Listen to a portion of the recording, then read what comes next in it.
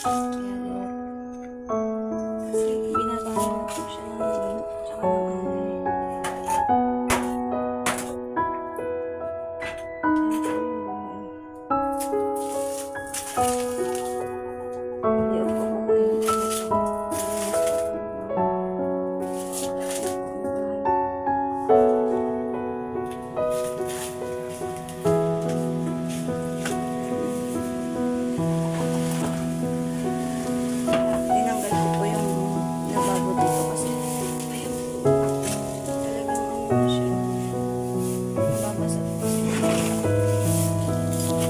Binahayan na po siya ng anay.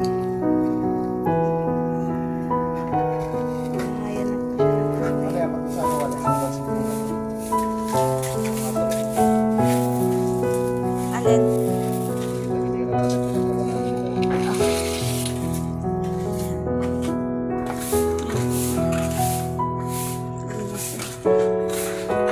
Yan naman po yung anak ko naglalaba. Yan naman po yung nabigilog. Nabigilog po namin.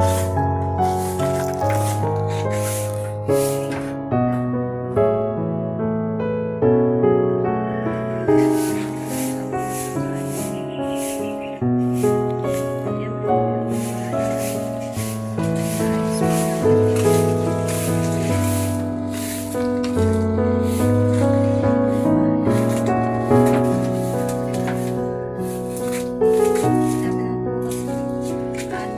yung tinanggal ko po yung ano dito.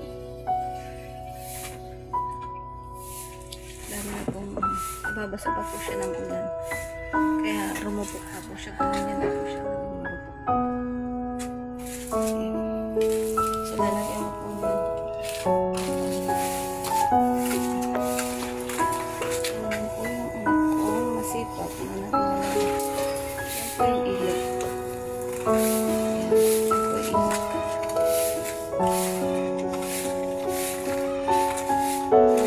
Yan po tayo.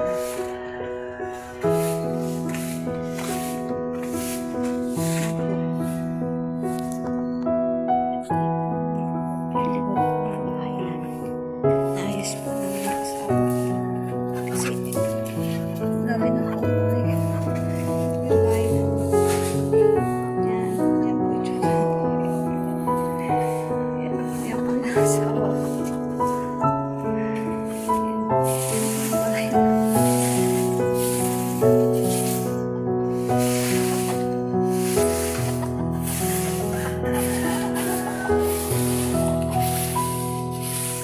Linis po siya.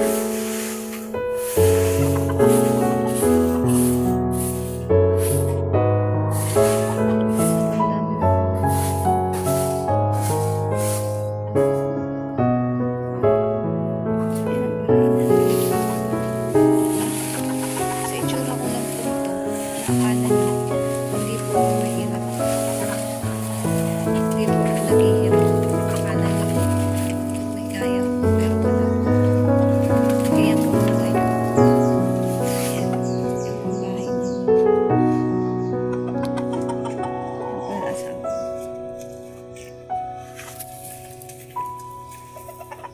Magsisibak po yan. Inistorbo ko po magsibak.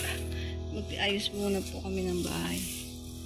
Kasi ngayon ko lang po time para dito sa bahay. Monday, magana naman Monday to Saturday na naman. Kaya wala po akong time para sa kaya yan. Tignan nyo guys. Bahay. Diba? Yan ang likod ng bahay namin. Kala nyo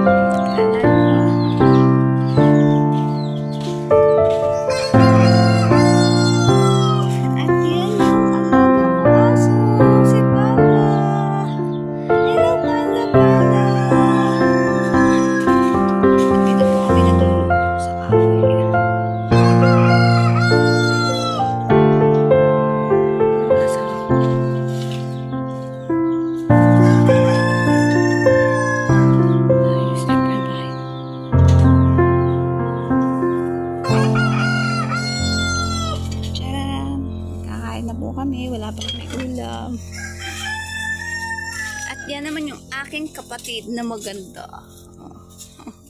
Po. Ang alin? Susunugin mo? At yun naman ang aking anak na pogi. Psst. Uy. Psst.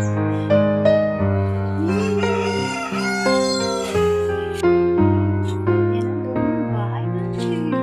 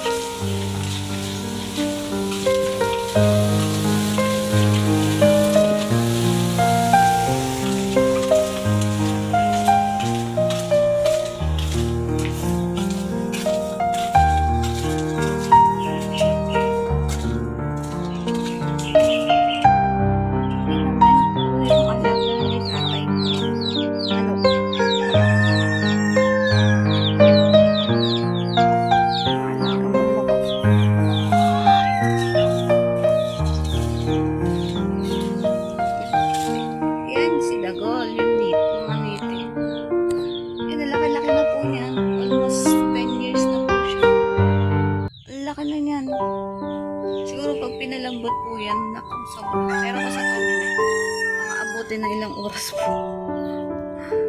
Ayan. Ayan, Ming! Ming! Ang gagawin mo?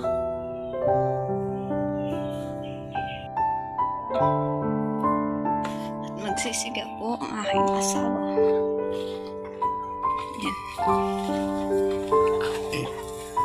Ano po siya? Bakit? Ayan na po, nagsulog na siya. Sinulog na niya na po yung basura. Maano ka dyan sa yero?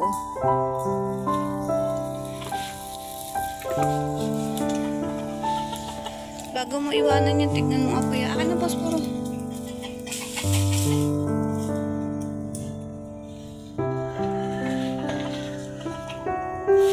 Dito po umaagos yung tubig pag sobrang lakas po ng tubig kasi dito po talaga. Kaya nilagyan po namin ng ganyan. Nilagyan po namin ng ganito. Kasi talagang pumapasok po siya sa loob. Pagka ano lang po sa loob talaga po ng bahay namin.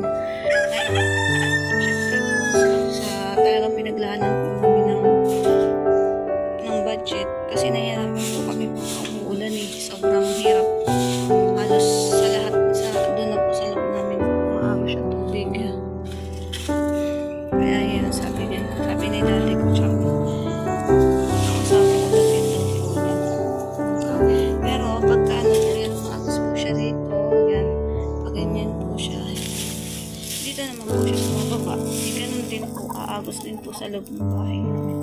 Kaya sobrang hirap.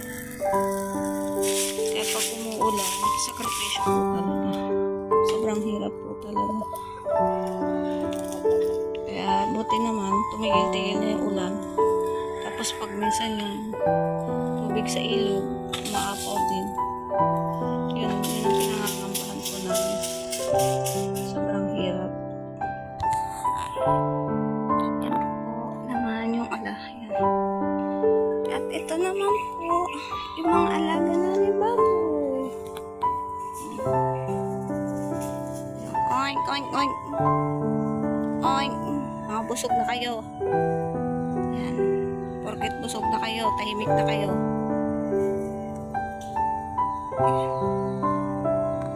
Alaga po ni Ninong at Nina.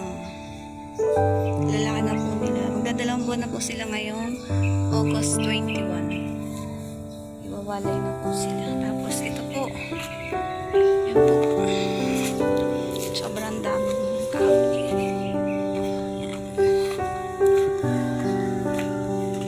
Sobrang dami po ng kahoy. Inuuwi niya po yun galing trabaho. Yan, inuuwi niya po yun galing trabaho. Tapos ginagawa niya po, nagsisibag siya kanina. Nagsisibag po sila kasi missy. Asawa ko, tapos yan, inabalan po siya. Sisibag po siya kanina. Dami niya po sibakin kada linggo po kasi nagsisibag po siya para kami may panggatong. Kasi syempre may estudyante po na kailangan magluto sa umaga, wala kaming kahoy, kaya nagsisibag po siya. Bali, ang tatay ko po kasi hindi makapagsibak ngayon kasi naoperan po siya sa mata. May katarata po siya. Bawal po siya sa ng trabaho.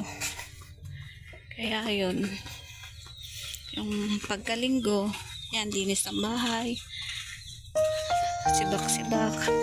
Ang aking anak talaga naka-schedule sa paglalaba. Siya po yan.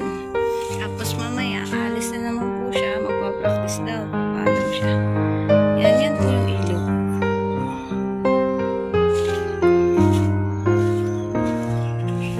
Yan po ang ilog. Diba? Akala nyo lang. Akala nyo buhay ko ganun, pero hindi. Hindi ako pero naghihirap. Tapos yun, ako po maglilisa sa loob para matapos na kasi mamaya hapon na naman. Sige po, please subscribe sa admin sabihin ko para sa minimum sa isang kaligayahan lang po na bawat subscribers po.